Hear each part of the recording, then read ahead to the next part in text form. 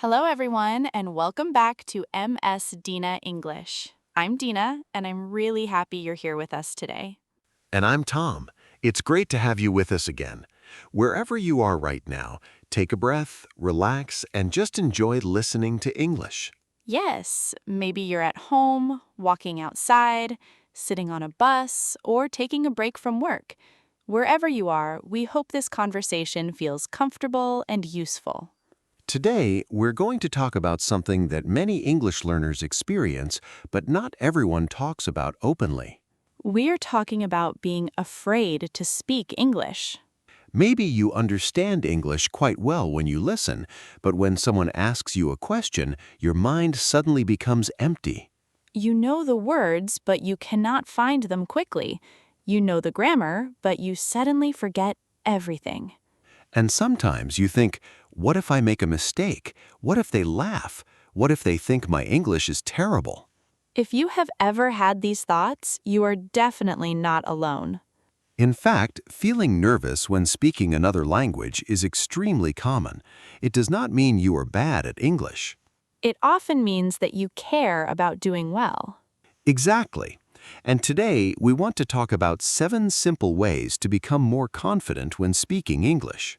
We're not going to tell you that you must become perfect before you speak. Actually, we believe the opposite. You become more confident by speaking, making mistakes, learning from them, and speaking again. So while you listen, think about your own experience. Do you feel nervous when you speak English? Maybe you feel comfortable speaking with a close friend, but nervous when speaking with a stranger. Or maybe you can speak English alone, but when another person is listening, you suddenly become very quiet. That happens to many learners. You may even practice a sentence perfectly in your room and then forget it completely when someone asks you the same question. It's funny when you think about it, but when it happens, it doesn't feel funny at all. True. Your brain can suddenly say, "Sorry, I don't know this language anymore." Exactly. And sometimes the problem is not your English. The problem is pressure. That's an important idea. When you are under pressure, it becomes harder to remember words and organize your thoughts.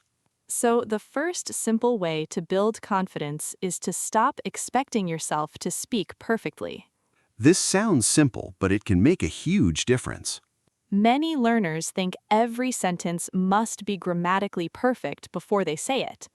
They may think, let me check the tense, let me choose the perfect word, let me make sure my pronunciation is correct. And while they are thinking about all of that, the conversation has already moved on. Exactly. Speaking is different from writing. In a conversation, you do not have 5 minutes to build every sentence. You need to communicate your idea. Sometimes the grammar is not perfect, but the message is clear. And that is okay. For example, imagine someone asks, "What did you do yesterday?" You might say, yesterday I go to the market and buy some food. The grammar is not correct. A better sentence would be, "Yesterday I went to the market and bought some food." But even with the mistake, the listener probably understands you immediately. Exactly. Communication happened. So instead of thinking, my sentence must be perfect, try thinking, my message must be clear. That small change can reduce a lot of speaking anxiety. And remember, even native speakers make mistakes. Yes, native speakers sometimes forget words, change their sentences halfway through, repeat themselves, or use the wrong word. They might say, I went, actually no, I mean I was going to the store yesterday. Nobody stops the conversation because of that. So why should you expect yourself to speak like a perfect machine? You shouldn't. You are learning a language, and learning means making mistakes. The second way to build confidence is to start with topics you already know. This is especially useful if you are very nervous. Don't begin with a difficult discussion about politics, economics, or complicated science. Start with your daily life. Talk about your morning, your job, your hobbies, your family, your favorite food, or what you did yesterday. These topics are easier because you already know the ideas. You are not trying to invent information and speak a new language at the same time. You already know what you want to say. You only need to find the English words. For example, you can practice talking about your morning routine. You could say, I usually wake up at 7. I make coffee, check my messages, and then start work. That is simple English, but it is useful English. Then you can make it a little more difficult. You could explain how you feel in the morning or what you would like to change about your routine. For example, I usually wake up early, but I sometimes feel tired because I stay up too late. Now you are practicing longer sentences without needing a difficult topic. And the more familiar the topic is, the more attention you can give to your English. Another useful technique is to speak about the same topic more than once. At first, you may speak slowly and make many pauses. But the second time, you remember some of the words. And the third time, you may speak more naturally. This is one reason repetition is so powerful for language learners. Your brain starts to recognize common phrases instead of creating every sentence from zero. For example, if you often talk about your job, you might learn useful phrases like, I work as a, I'm responsible for, I usually deal with, and one thing I enjoy about my job is. Once these phrases become familiar, speaking becomes easier. You don't have to think about every single word. You can focus more on your meaning, your pronunciation, and the person you are talking to. And that brings us to another important point. Confidence does not always come before speaking. Sometimes speaking comes first and confidence comes later. Another important way to build speaking confidence is to stop comparing yourself with other English learners. Yes, you may hear someone speaking English very smoothly and think, I will never speak like that. But you don't know how long that person has been learning. You don't know how many mistakes they made before becoming confident. And you don't need to speak exactly like them. Your goal is to communicate clearly and comfortably. Think about your progress instead. Ask yourself, can I say something today that I couldn't say 6 months ago? If the answer is yes, then you are improving. Even small progress matters. Maybe you understand more conversations now, or you can speak for 2 minutes without stopping. These are real signs of progress. The fourth way to build confidence is to practice speaking alone. Some learners think speaking alone is strange, but it can actually be very useful. You can describe what you are doing while you are at home. For example, you can say, I'm making breakfast. I'm going to make some eggs and coffee. You can also look around your room and describe what you see. There is a table next to the window. My phone is on the table, and I have some books beside it. This kind of practice helps you become faster at finding English words. And there is one big advantage. Nobody is watching you. So you can make mistakes without feeling embarrassed. You can stop, repeat the sentence, and try again. You can even record yourself. At first, you may not like hearing your own voice. That is very normal. But after some time, you can listen again and notice your progress. You may hear a pronunciation problem, a grammar mistake, or a word that you use too often.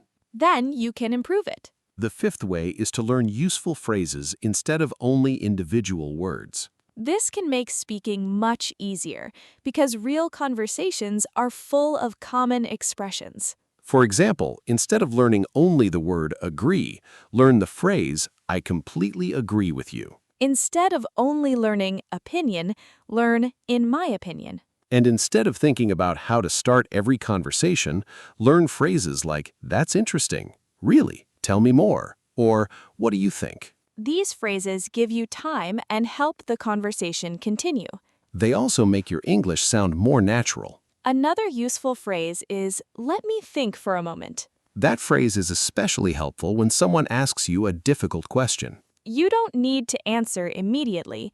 You can take a short moment, breathe, and organize your thoughts. You can also say, I'm not sure, but I think. That is much better than staying completely silent because you are afraid of making a mistake. Remember, confident speakers are not people who never feel nervous. They are people who know how to continue even when they feel nervous. That is a very important difference. So, if your hands feel a little nervous, your heart beats faster, or your mind feels busy, don't immediately think, I can't speak English. Instead, think, I'm nervous, but I can still try. That one sentence can change the way you react. You are not waiting for fear to disappear completely. You are learning to speak even when a little fear is there.